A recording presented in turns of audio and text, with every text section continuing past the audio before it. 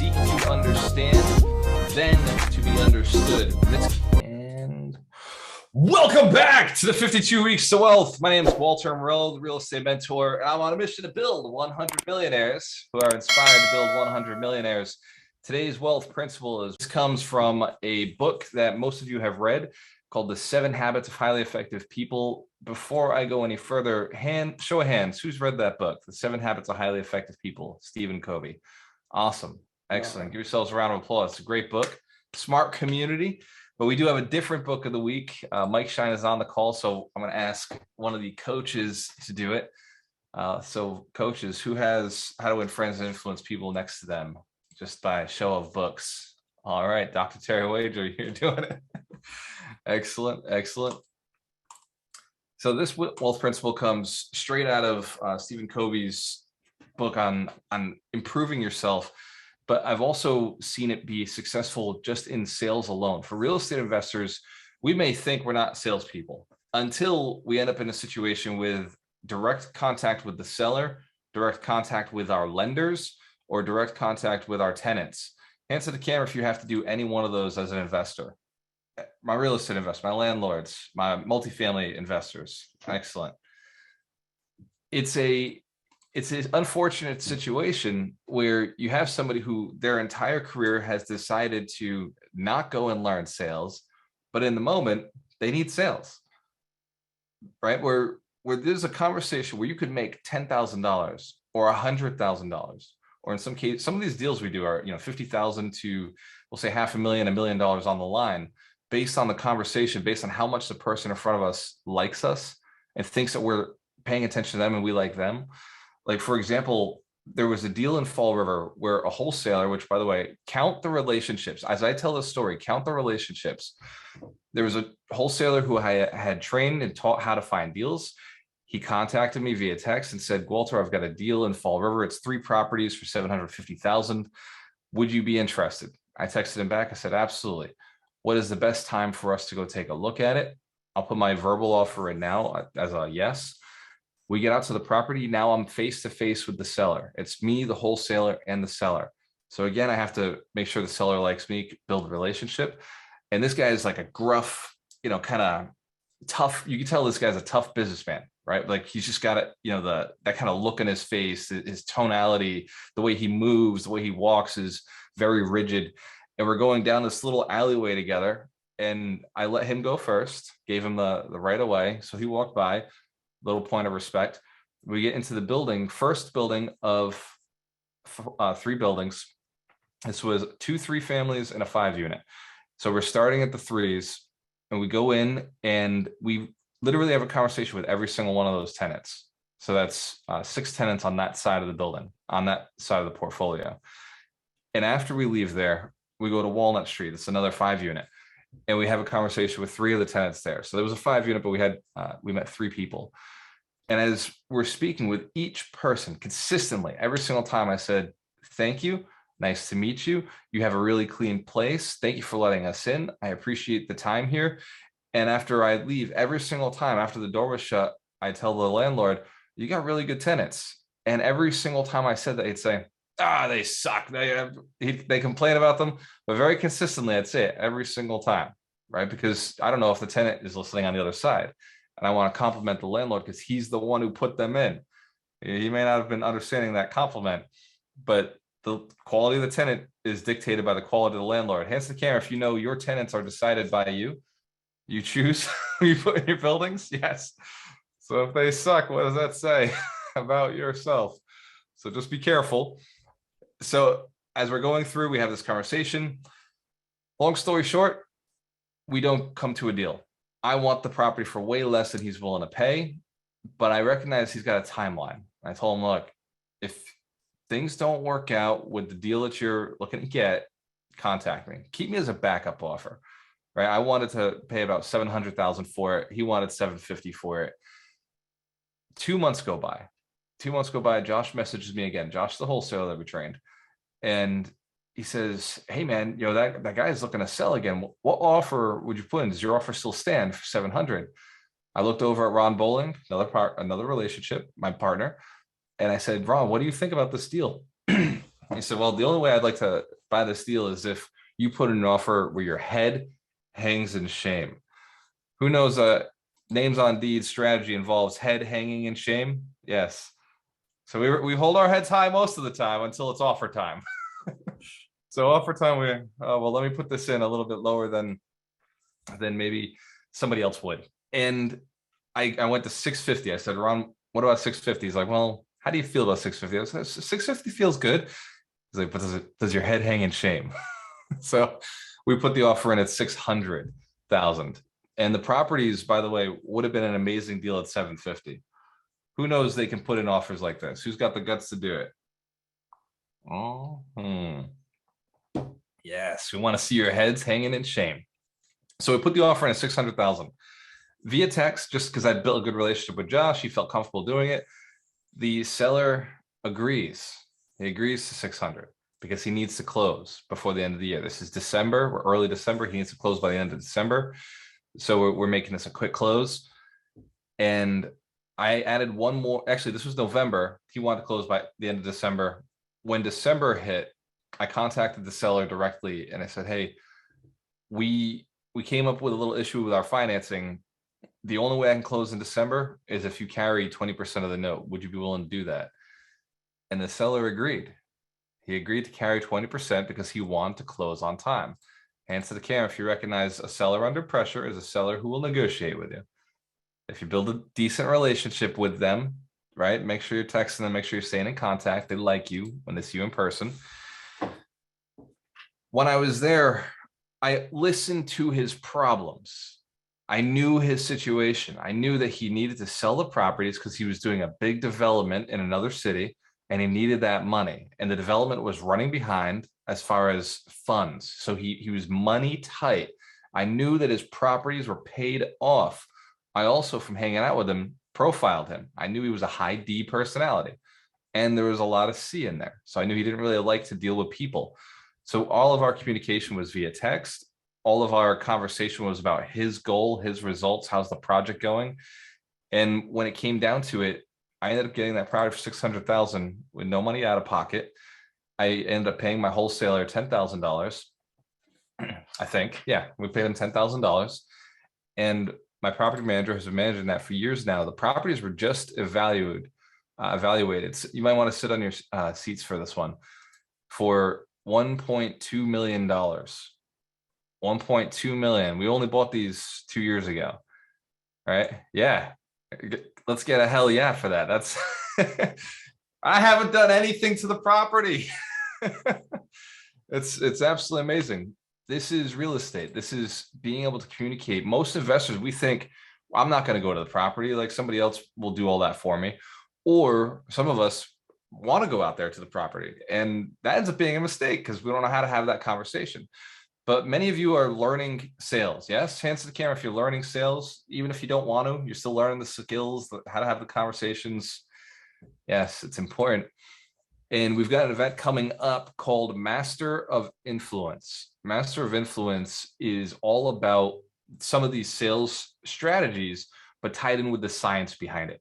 It's neurolinguistic programming. It's the science of communicating with somebody to inspire hope, to inspire connection and a reason to work with you, and then also to move them to your side of a conversation, move them to your side in a negotiation or an arrangement. It also works in social media. It works in influencing your children to go to bed on time or to study when it's time to study or clean up their room. Influence works in all aspects of life. And as we continue with this conversation, I want you to start thinking about, actually, let's do an exercise. Hands to the camera if you know I always do an exercise every week. We do something valuable. Let's do it so you can implement it this week. Let's get this exercise started right at the top of your piece of paper. The concept of influence or the concept of winning friends. There's only one friend that you have to add every year. One friend could level you up. 5 friends could change your life entirely. Who's heard the story, you are the average of your 5 closest friends? You're the average. Yes. And if you think about your friends, you're probably the one leveling them up if you're the only one in this group. So in this community, we level each other up. We're usually the level upper in our group until we bring somebody in and then they start leveling us up and we move up together. Hands to the camera if you got friends within the community. If you have friends in here, you could text them anytime. You know their numbers. Awesome. Give yourselves a round of applause. That's the power of Alchemist Nation. We're connecting. We're contacting each other, working together. It's a powerful tool. So within that list, that piece of paper, I want you to write down 3 to 5 names. 3 to 5 names, but hold on. These are not people you already know. These are not people who you already have relationships with. These are people who would level you up on a crazy level. Like, just, man, like if you're making 100,000, these people are making 1 million, right? If you're making 50,000, these people are making 500,000 or even 250,000 at that point. And I give some grace on the 50,000 mark because that's the average income in the country. So if you're in the 95% of income earners, shoot, having somebody who's earning 100,000 would be a big change. That's care if you know that's true for people. Yes, just getting out of the 95% would be a massive change for a lot of people. So I want you to write down somebody you know. Just start with one person you know, and then another person, and then another person, and then another person, and start with a conversation this week. There's a little bit of homework that comes with this experience. Start with a conversation this week where you just reach out and find out what they're looking to do this year. Find out what their goal is for this year. What would you like to accomplish for yourself? What are your targets? What are you aiming at? Most dangerous conversation I can have with a motivated seller or with a lender or with a contractor or somebody I'm looking to partner up with is, what are your goals? What are you looking to accomplish? What would you like to have in your life this year? Once they give me that information, well, any conversation from that point forward, I'm getting whatever I was looking for. Does that make sense? Once I know a person's goal, well, I'll get my goal too. I'll find a way to work whatever I'm doing into their life now. This is how you sell. This is sales 101, is seek to understand before telling them what you sell, before delivering your sales. Most salespeople, by the way, each one of you is a salesperson. Everybody listening on Facebook, if you don't already know this, if you're an entrepreneur or an investor, other than crypto investors or stock investors, if you're an investor in real estate or you're an investor in business, you got to be a good salesperson. You got to be able to sell your concept, your idea of the price of what you're about to pay for this thing. So if you're in sales, the goal is not to sell your product to everybody you talk to. The goal is to just find the people who want your product. We grasp that, right? Melanie is, where's Melanie? Melanie, throw your hand up. Where's your camera at? There she is. So Melanie Santos, she owns Subways and she owns 3 right now. I think she's got three more locked down. Her goal for Subway, even before she owned them and she was working at Subway, it was never to find somebody who was already full, right?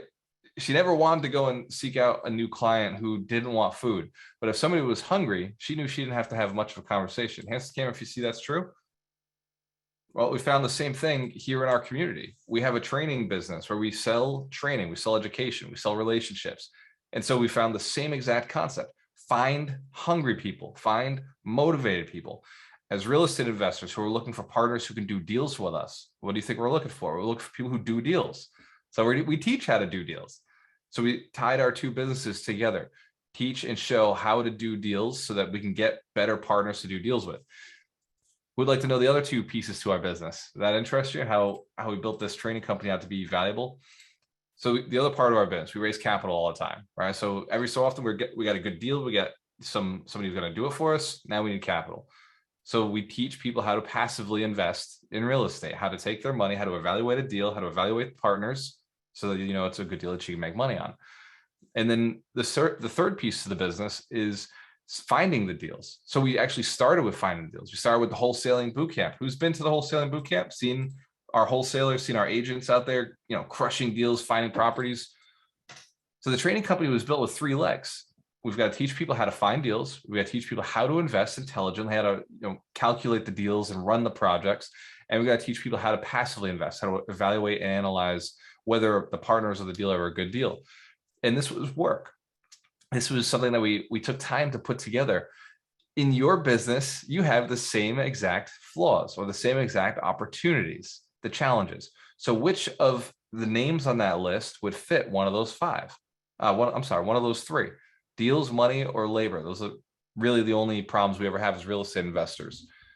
Hands to the camera right now if you've got we'll say opportunity in the money department. Hands to the camera if you could use more funds to close more deals.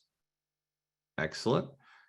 Hands to the camera if you're in the deal flow department. You could use more deals. You've got some money lined up, but deals are where the weakness is. Excellent. Hands to the camera if you're in what I call the lazy department, where you've got some money and you got some deals, but you could use somebody to go do the work for you. Who's looking for somebody else to do all the work? Yes, absolutely. So there's always going to be somebody who could do the thing that you want to do. That's what alchemy is. The whole concept behind alchemy is there's somebody out there who can do something for me. Now, that list of 5 people, which one solves your problem? And if none of them solve your problem, rewrite the list. You want to look for motivated people, hungry people, people who want to see growth in their life and in their dollar bills. And then you want to seek to understand, why would they want that? What is it about this person's current situation that inspires them to want more money or more deals or more work for themselves? Why would somebody want that? In fact, is it okay if I tell you a story about Mike Shine, one of our favorite millionaires who's actually not here today? He told me maybe about a year or two ago, he said, man, like, I don't understand why somebody would partner with me. Why would somebody allow me to get 50% of the deal just for bringing my money? You know, I'm not doing any of the work. I don't even understand it. Hands to the camera if you don't even know where he's coming from. Because Mike doesn't want to do the work, but he's got the cash. So for him, it feels like he's taking advantage of somebody's hard work of finding the deal and doing the work. But because I can understand that, I can have that conversation. It's very easy to solve. Oh, well, Michael, just think about the other side of this. Is that person has no money. They got literally none of this. They got no options. So they can't do any deals, and they want to do deals. They were a deal doer. And a deal doer without money is somebody who's sitting on the couch at their house doing literally nothing. And it's sad for them. And somebody who has money, you know, money havers, they need deal doers to make their money grow faster. Otherwise, we're left with our bank accounts, which, as I said earlier, are losing 6% every single year consistently because inflation is destroying the dollar. And if you're sitting on cash right now, this is a call to arms. It's a call to go and take some action, because right now the inflation that is destroying the dollar is also, by the way, gold is not the safe hedge here. I know that I got to go on this rant because I got to make sure everybody in the community knows. Robert Kiyosaki's been pushing gold. He's been pushing silver. He's been pushing gold. But that's because he owns gold mines. Hands to the camera if you recognize you own something, you're going to sell something, right? He's a salesperson too. I love the Rich Dad Poor Dad series. I love Robert. I love a lot of his advice and his information. And when he was calling Bitcoin and saying this is a good opportunity, a good investment, I loved that too, because he owns a lot of Bitcoin as well. But when you've got people like Warren Buffett, who, again, my hero, somebody I aspire to be like, I love his information, who's, again, talking terribly about crypto, they're missing an opportunity. They're missing the point. Same with the stock market, another good asset class. These are volatile. Stocks and crypto will be better than cash. Stocks and crypto will be better than gold. Gold will be better than cash. Everything will be better than cash. Bonds will be better than cash. Does that make sense? We grasp that cash right now is trash. Get rid of it. But don't do what poor people do.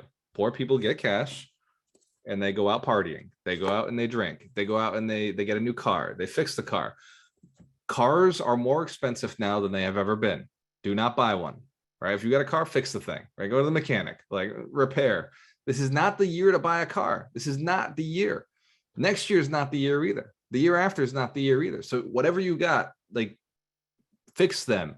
Very soon, the electric vehicles will be cheap enough where you can go buy an electric vehicle, which is the future. And that is the right direction to go in. But until we get to that point, these things that you've got, sell them, downsize, get rid of.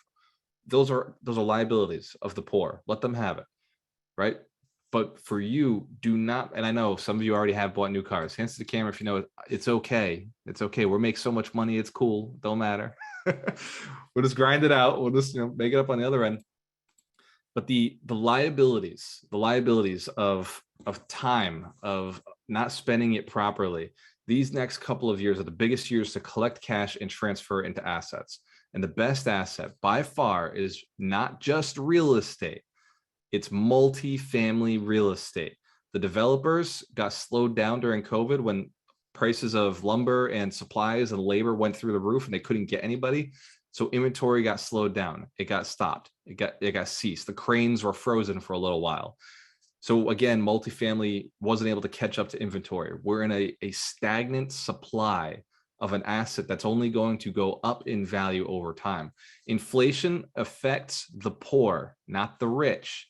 Inflation is a tax on the poor. It is not a tax on the rich because the rich own assets. Hence the camera if you know you're rich because you own an assets. Yes, that is the education that I want every person to have. I would share this with everybody if I could, but everybody on this call, if you don't own some form of asset, you're getting left behind right now. And if you own an asset that cash flows, you're going to be ahead of everybody else. And the asset that cash flows the most is going to be multifamily cash flowing assets over the next few years. Because here's the problem with all other forms of commercial is that you cannot raise the rent on commercial every single year or every other month, right? On my tenants, I could go back 6 months and be like, hey, rent increase. I could do that consistently. With my commercial units, I'm in a 3-year lease. I'm in a 5-year lease. I'm in a 10-year lease. So those commercial assets are not as easy to increase the rents on. Industrial, same exact situation. So when I say real estate, I'm talking multifamily. That is all I talk about. It's the only asset I ever want to own because multifamily makes the most money. It will for the next 5 years. Hands to camera if you understand that. Excellent. You're going to get shiny object syndrome. You're going to get offered other buildings. You're going to get opportunities. That conversation I had with Greg LeBlanc, who I do see actually made it to the call. Let's give Greg a round of applause.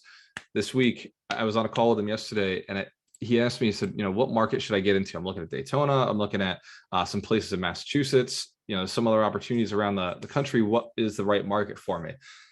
I told him it's the market that you can reasonably get into the fastest. Whatever you have the most information on, whatever you have the most relationships in, whatever market the numbers work, that you can get in the fastest to have multifamilies in surplus, have a ton of inventory. If it doesn't have a ton of inventory, you can't get into it easily, then seek out an easier market. Seek out a market that has an opportunity. The big markets right now, emerging markets, are the ones we're looking at. We're not looking at the hot markets, right? Dorina May, is it okay? Do you want to find out what I'm doing this year? I'd like to know some of my moves. All right. So Dorina may actually jump into an Airbnb down here in Tampa as like just a small temporary hold, but that's primarily just for us. That's not really a great investment. It's just something we're doing for fun so we can have a place in the city, a place out of the city. That's the only like fun kind of risky move we're making this year. All the other opportunities, we're looking in Ohio, we're looking in the same spots we've always invested in, Massachusetts, way outside of Boston, an hour away, Fall River, New Bedford. And actually in Q2, Drew Martin and I are going to go do a marketing campaign out in Springfield. So Springfield, Massachusetts, we're going to be taking up some property there. So it's an opportunity to get into an area that it's in the path of growth. The state is starting to invest there, but they're not anywhere near having exploded yet. They did the casino out there a little while ago, which was a great opportunity. So those are the things we're looking for. I don't want to invest in the main cities right now. We're at the height of the market, guys. We're in a dangerous place for investors. If it doesn't cash flow on day one, I'm not buying it. I don't want you to do this to buy it either. We don't buy for appreciation in this market. We're likely 2 years away from a crash, probably 2024. That's the timeline I've been calling for a while now. And I think that if you're buying for cash flow, cool, you could hold forever, right? But don't buy it with the risks me and Ron used to take with hard money on everything. Hard money, borrow private money, like 12% interest on $1 million. At one point, we had 12% interest on $2 million. Who thinks that's a big nut to swing? That's a big baseball you got to hit every month. Yeah. And we did it. We did it. We're talking mortgages of almost $30,000 a month. And we were able to pull it off for 14 months before I refinance. Don't put yourself in that situation right now. Don't do the things that we did to get here. There's a new game that has to be played. You have to play tighter than we've ever played. Who's willing to be tight on the numbers and strategic and build relationships to get more deals? Absolutely. Yes. And you may have to give up a little bit to make the numbers work. You may have to give up a little bit of equity to still make the numbers work, but that's okay because the numbers work. This is why Alchemist Nation is such an unstoppable force. This is why we're bringing in our community. This is why Ron and I said, okay, let's focus. If there's one thing that we could do, if there was one thing that would move our company forward, if we couldn't buy real estate for the next 4 years, what would be the one thing that would put us in a situation where we could buy more real estate when the market turned? And that was build relationships. Build relationships. Write this down. Those 5 names that you put earlier, whoever has the thing that you want, whether it's money, deals, or labor, build relationships. We decided a training company was the easiest way to build relationships. We decided building millionaires. If we built 100 millionaires over the next 2 to 4 years, then we would have all the relationships we could ever desire to go and expand in any market across the country. So we built a training company, a business. Well, we actually did it for free for years. We've been teaching for free just to attract the clients we were looking for. Only when the volume got to an intense level where it became really almost a job for us did we say, okay, we've got to start automating, which means we need to pay people to automate our process, which means we've got to start charging for this so we can pay for the people. And it became and turned into a business almost as an accident. Who has a business like that? Hands to camera if you know of people who said the same thing. Like, I was doing this for so long that eventually I had to start charging to keep doing it. Yes. Well, the mentorship is like that. And the mentorship was designed initially as a lead source. It was designed as a way just to get people to learn how to invest in real estate and be attracted to us as partners. We just taught for free. We taught real estate agents initially to find us deals. Hands to camera if you know agents are a good source to find deals. So our first company was Agent Alchemist. It was the first thing we did. Let's go teach real estate agents how to find off-market properties. And the next step was the wholesaling boot camp. We added that on. And then Real Estate Alchemist was something we added on eventually. It was like the last part to our chunk, which was how do we find people to invest with us? Because we needed deals, and we needed people who do the work. And then Real Estate Alchemist ended up being that last piece. The 100 millionaires, right? This 100 millionaires was how we found people to do the labor. It was how we found people to do the work, right? Like, hands to the camera, if you're an investor who would take money and deals and go and do it right now, you would be the manager. You'd swing that deal. 100 millionaires was designed to attract you. It was designed to bring you in because it comes with a rule. Once I help you get yours, you've got to go teach others so that they can get theirs. As we're in this community, it's not just knowledge for the sake of knowledge. It's not just knowledge for the sake of getting rich. The knowledge is so that you can give it to somebody else. True knowledge comes from experience. I need you doing it. I want you out there. I want you in the grind every day, putting in offers, locking down deals, seeking out, talking to sellers, using these skills of listening and understanding to be understood so that you can negotiate with a seller, with a contractor. I want you out there borrowing money. I want you being moral, ethical, and legal in all transactions so that you can become a millionaire, so that you can then teach it and have stories to tell. By the way, facts tell, stories sell. We noticed today I started this conversation with stories, and it's been story after story. Yes, I'm improving my sales. I hired a coach, paid him tens of thousands of dollars to tell me this. Said, who would like to know what I paid tens of thousands of dollars to learn? Anybody interested in this one? All right, write this down. This will change your game, change your life. Obviously, read this book, and I'll have Dr. Terry talk about this in a second. But if all you do is look at every person you speak with and ask yourself this question: what problem do they have? And how does my solution solve that? My solution for most investors' problem is the mentorship. And as I ask and I get more problems, I improve the mentorship so it has more solutions. It solves more problems. Does that make sense? I don't change my product. I just add to my product. So I sell one thing that does more stuff. So problem, solution, and then I tell a story about the problem. And then I tell a story about the solution. So I had a conversation with Mike, or I could tell a story about Saeed, or I could tell a story about Melanie. And those stories, or I could tell a story about Ron Bowling, me and my business partner, in that transaction we did with Josh. Hands to the camera if you're catching this. It's engaging. It's easy to receive. So as a teacher, as an educator, you need to become a good storyteller. In order for your kids to remember the things you're teaching them, you have to tell it in story form. In order for your spouse to remember to take out the trash later, tell a story of, a rabbit that took out the trash and the turtle was happy. I'm going back to the rabbit and turtle from last week. But these things you want in life need to be told in story form. And that's one of the things that Doug's going to teach us at the event, Master of Influence, coming up in it's less than 3 weeks away. So Master of Influence, if you haven't already paid for your tickets, paid for the hotel, book now. If you're looking to go, if you want to learn more about Master of Influence, go to ibuildmillionaires.com/event. ibuildmillionaires.com/event. If you go to ibuildmillionaires.com, you're just going to get my free book. And that was not the goal. The goal is to go to ibuildmillionaires.com/event and learn about Master of Influence. Register, make sure that you have your spot taken care of. Everybody in Mastery, hence cam, if you're in the Mastery program, you're already in Alchemist Mastery. Awesome. So book your hotel. It's the same hotel that we did the 100 Millionaire Summit at. So just make sure your hotel is booked.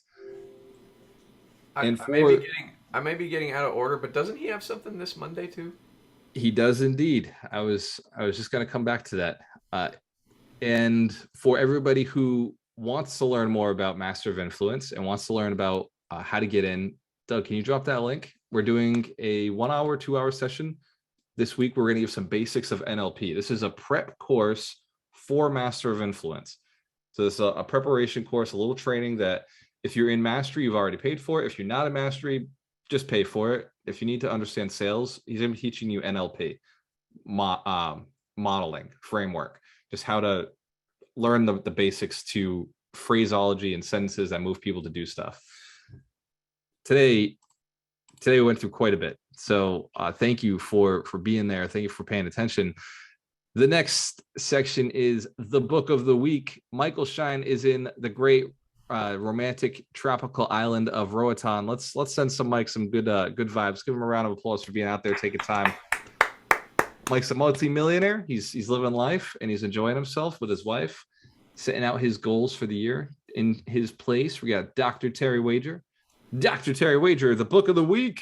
Oh man, it's How to Win Friends and Influence People, and I do not know if I can do this justice compared to Mike Shine because he is the book master.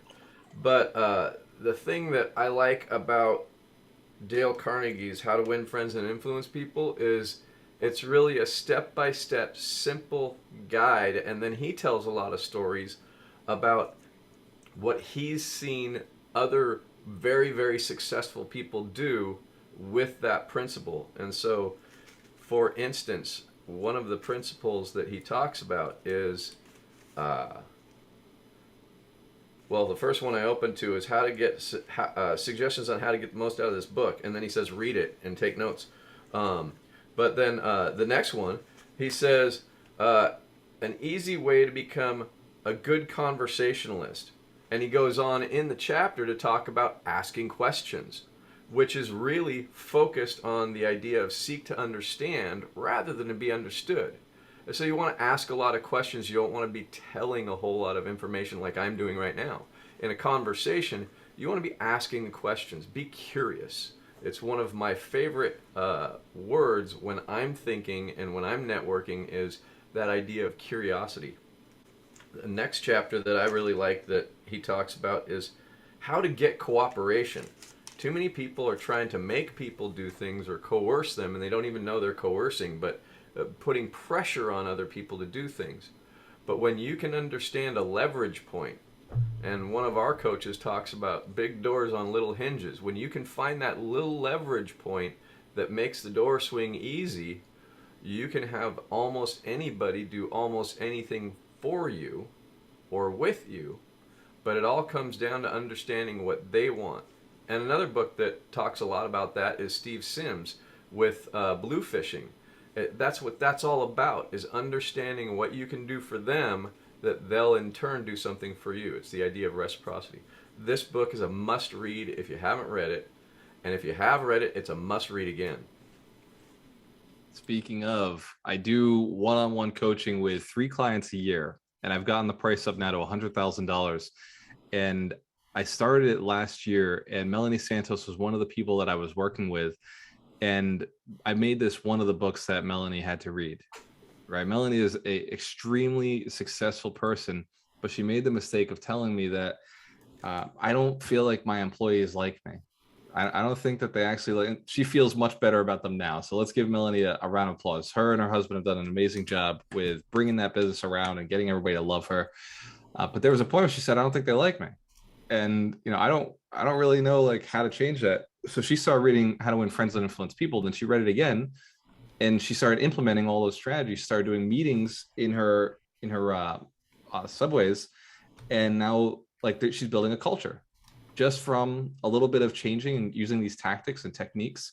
In fact, there's one in there called "Don't kick the beehive," right? If you don't want to get stung. So dealing with people is necessary if you want to make a lot of money. If you don't want to make a lot of money, you don't ever have to deal with people, right? It's very easy to not make money. Stay home, do nothing. You want to make money, you got to go influence others. You've got to go inspire others. You got to be inspirational. You got to reach out. And there is a lot of money to be made this year. Man, 2022 is stupid. It's out of control. The money flowing, the real estate transacting, the fact that people are getting out and selling their properties at the worst, my opinion, the worst time to sell real estate right now. Absolutely. If you've been holding for the last 20 years, this looks like a great time.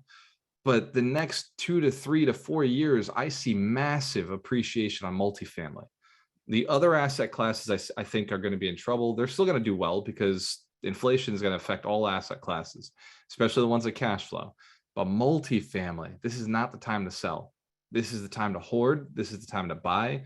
This is the time to just hodl, right? The crypto community has this word, hodling.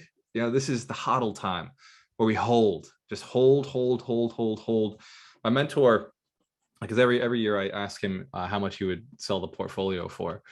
And every year he says, I don't think I'm going to sell this year. I don't think I'm going to sell this year. And I asked him this year, and he said, there's no way in hell I'm selling this year. He's like, this is the best time of my life. I just raised rents $50,000 a month, and I haven't had to do anything. And I'm going to raise rents again next year, another $50,000 a month. Hands to the camera if you'd like an extra $600,000 a year for zero effort. And that was a low raise for him. That was like raising his tenants $25, $50. That was not a big raise. Ron and I just scored ourselves a $12,000 a month raise. And that was pretty heavy rent increases. Like those were going from $600 to $1,200, some of them. But we didn't have to do any work. No changes to the units, no repairs. We'll probably go through 5 or 6 evictions. Who can handle 5 or 6 evictions to make $12,000 a month? Extra? Yes. Awesome. Yes, you can. Yes, you can. You should. So if you're interested in the mentorship, send me a message on Facebook or send me a message on Instagram, or just go to gualteramarello.com/mentor. And if you got questions about whether the mentorship is for you, you can reach out to any one of our members here. Hands to the camera if you have a conversation with somebody who's wondering about how good of an investment this is. Throw your hands up. Yep. There we are. You have to have been through the program. Awesome.